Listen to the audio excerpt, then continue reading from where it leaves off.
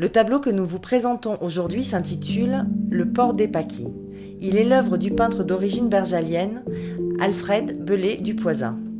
Né en 1823, Bellet du Poisat est une figure de la création à Lyon au XIXe siècle.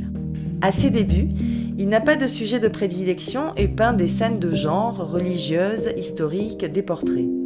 Son style, inspiré par Delacroix, se rapproche alors des maîtres romantiques. C'est après un voyage aux Pays-Bas en 1866 qu'un basculement s'opère. Là-bas, il découvre les paysages hollandais du XVIIe siècle. Dès lors, il se consacre aux paysages et plus particulièrement aux marines. D'abord austères, abordés dans des tonalités sourdes, ces paysages évoluent sensiblement. La main se fait plus légère, le motif plus éclairé. Il développe une sensibilité aux rendus atmosphériques, peut-être au contact des peintres impressionnistes. Depuis 2003, le musée de Bourgoin-Jallieu constitue un fonds consacré à ce peintre, plus particulièrement axé sur les représentations humaines et les paysages, notamment les paysages d'eau.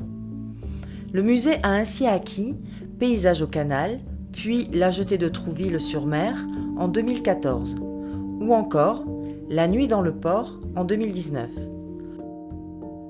Le port des Paquis, lui, a rejoint les collections en 2020.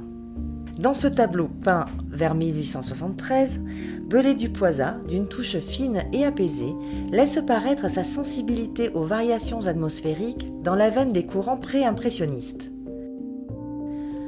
Le tableau représente le port des Paquis, à Genève, au bord du lac Léman. La ville et la montagne du Salève se dessinent en arrière-plan.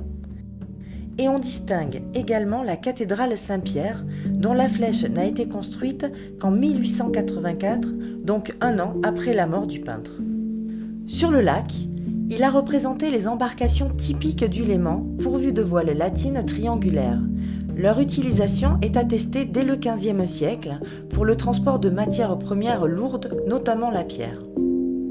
Même s'il se rapproche des impressionnistes à la fin de sa carrière et qu'il s'attache aux rendus atmosphériques, Alfred Bellet du Poisat reste un peintre d'atelier.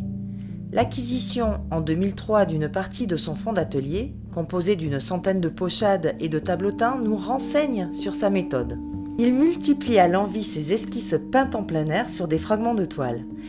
Elles ne sont pas des œuvres définitives, mais de simples notations destinées à conserver la mémoire d'un moment. Elle prépare ainsi la réalisation du tableau définitif que Bellet du Poisat exécutera toujours en atelier.